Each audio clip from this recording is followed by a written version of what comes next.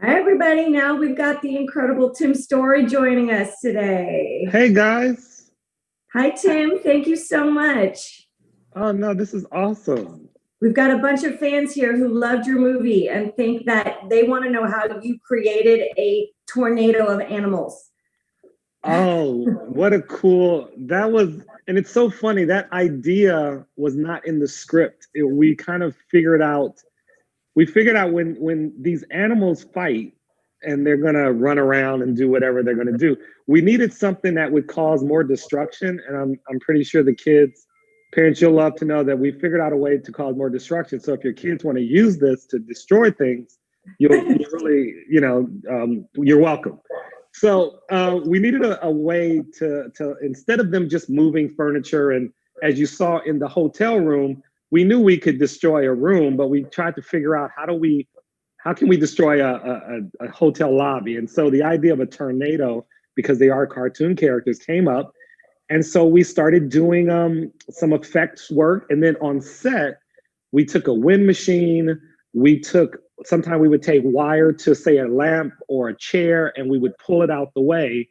And then when Michael is running around the whole place, we would set up a wire or a leash to a wire that had a pulley system that went up into a corner and came back around. And so literally guys would pull it so that he would fly through the room. And once he would fly through the room later, we would put in the tornado, which was completely CGI. There was never an actual tornado on the set. So you know. Movie magic. Yeah. Well, everyone's got some questions for you, so I'm going to call on them one by one and let them ask their questions. First, we're going to start with Amy Fulcher from As the Bunny Hops. Hello. So hey. I loved the wedding in the movie. I thought it was beautiful. I think anybody minus the animals would love having that wedding. Come on, you got to love the animals. Come on. Well, maybe not the elephants. Everybody knows planning a wedding in real life is really challenging. I want to know about the challenges of planning a wedding in a movie. Wow. Well, first is kind of what type of wedding it is. So we had an Indian wedding in this one, and what's great about Indian weddings, and I guess like most cultures, they are really lavish. They're really big. They're really colorful. There's just a lot of things they bring to it, and of course, what they sometimes have is animals. And so it was. Now, mind you, there was never elephants on set, obviously.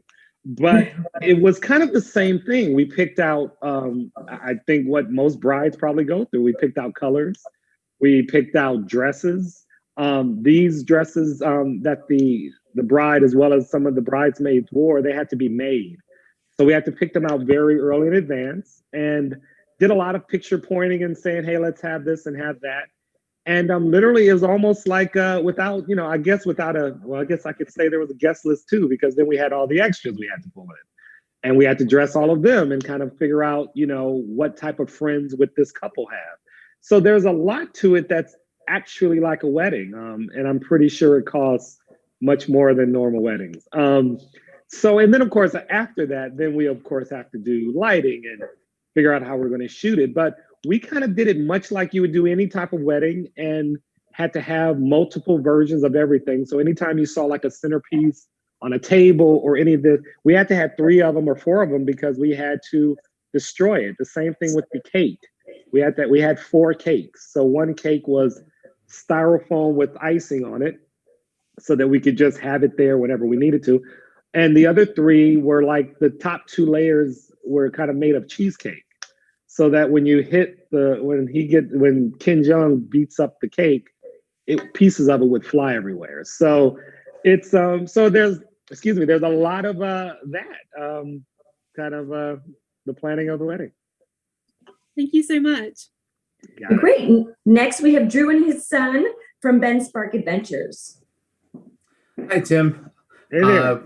We watched the movie the other day, really enjoyed it. I grew up on Tom and Jerry, so I love how you hit a lot of the classic beats where you had, the bowling ball in the fingers. You had the part where he's holding his little hands together and looking at it.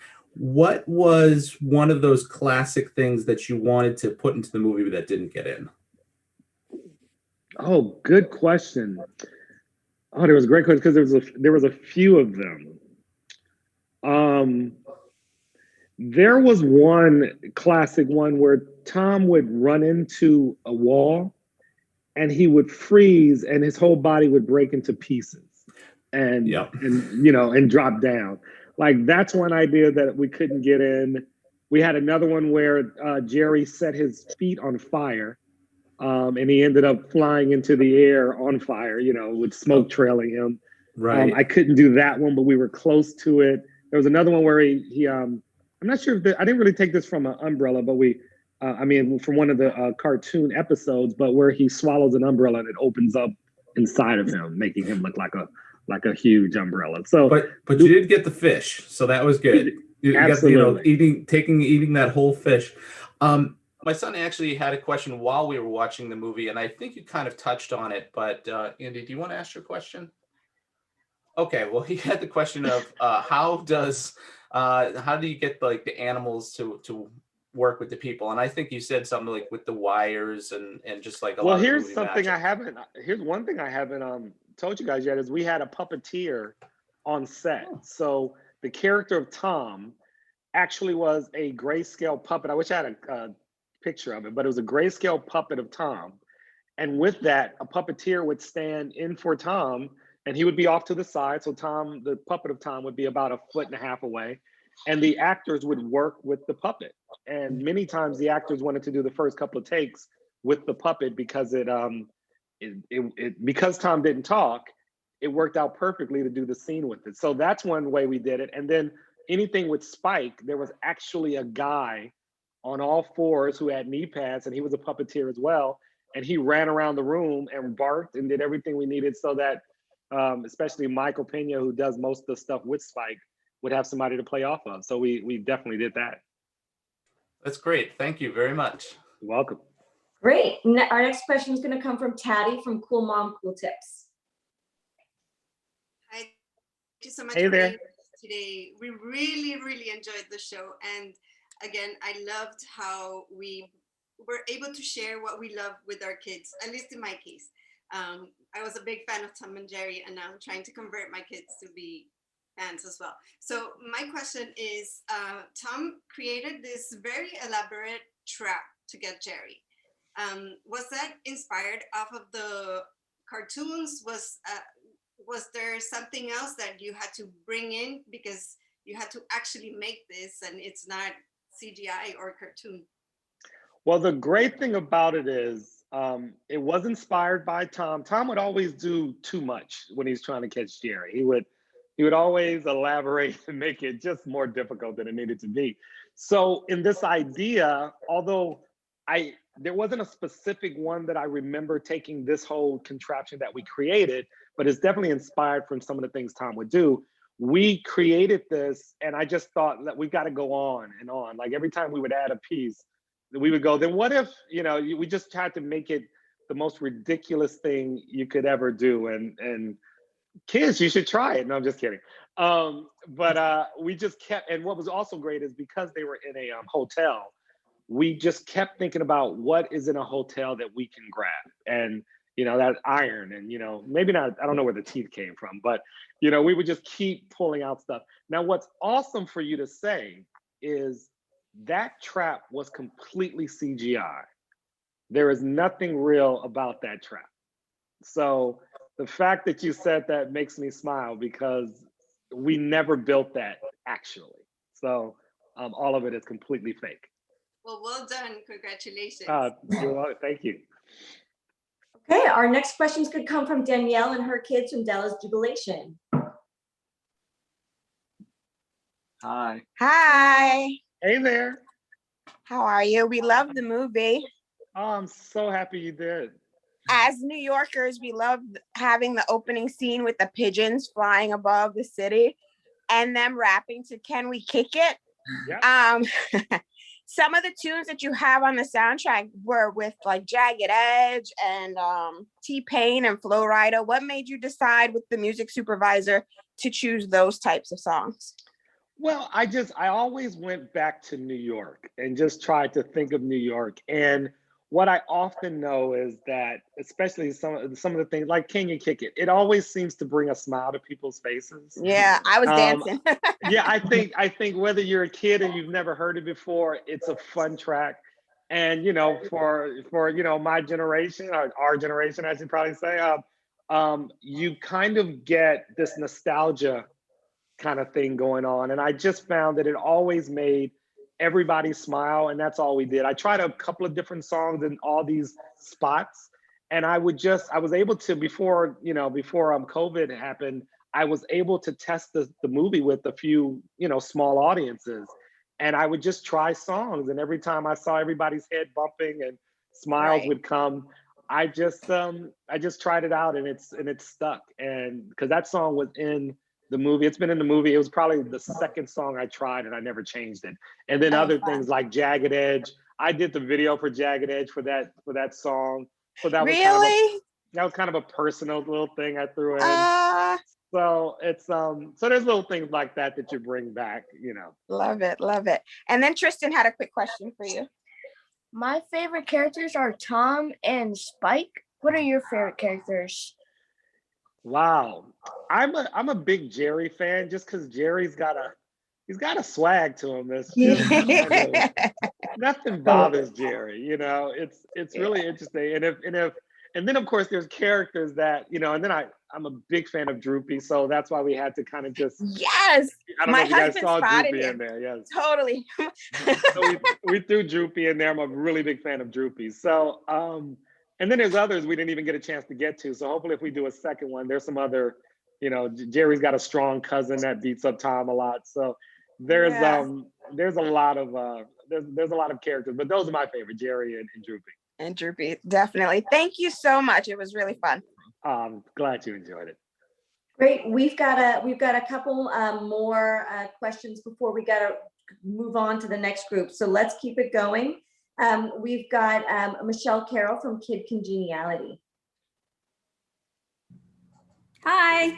I just want to thank you, first of all, because it's about 40 years later and I start watching the movie and I'm automatically feeling bad for Tom. I'm just like so on his side. It's amazing how that feeling just comes back. But, we live in New York City and we loved seeing Tom and Jerry run around the city. It was just so much fun. And at one point, Tom and Jerry wind up at Sutton Place Park right across from the bridge. And that is literally outside my window. We live across the street. Oh, that's awesome. We were so excited. So my question is, how did you manage to animate New York City so vividly, beautifully, and on point? It was amazing. We loved it. Well, first of all, it was very important to go to New York. Now, we never shot on New York, so I never took actors and things like that. But I did a couple of trips. I have, been to New York quite a few times, but I took a trip specifically for the film, because when you're making a movie and you're going to use New York in a certain way, it's great to go there and actually be there for the thing you're doing. And so we did that. And then and we just kind of figured out places around the places around the place that we could use. And then we would literally we would send the camera guys out there to shoot those specific places.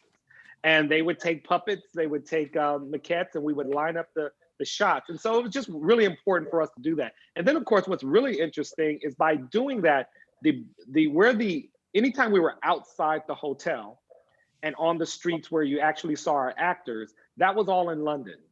And we took the backdrop of one of the movies, Fantastic Beasts.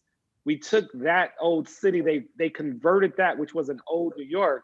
We converted that into present day New York, and literally put the backdrop of the real New York in. And so we had big green screen. I wish I had some of these pictures to show you, but we had big green screens and blue screens at the end of the street, and we would put in actual footage of New York. So we always made it a point to come back to New York, because there's no place like New York. You can't fake it. You have to really, Well, that is so cool. And this is, I'm trying to hold it up, but I can't, but I actually took a picture of the park. So we're going to go out there later and take a picture of us pretending to be Tom and Jerry. Thank you so much. Great. You're Okay, you guys, We've got time for one more question. I'm so sorry that time stuck away from us, but it's gonna be from Shay and her daughter really quickly. Thanks, Shay.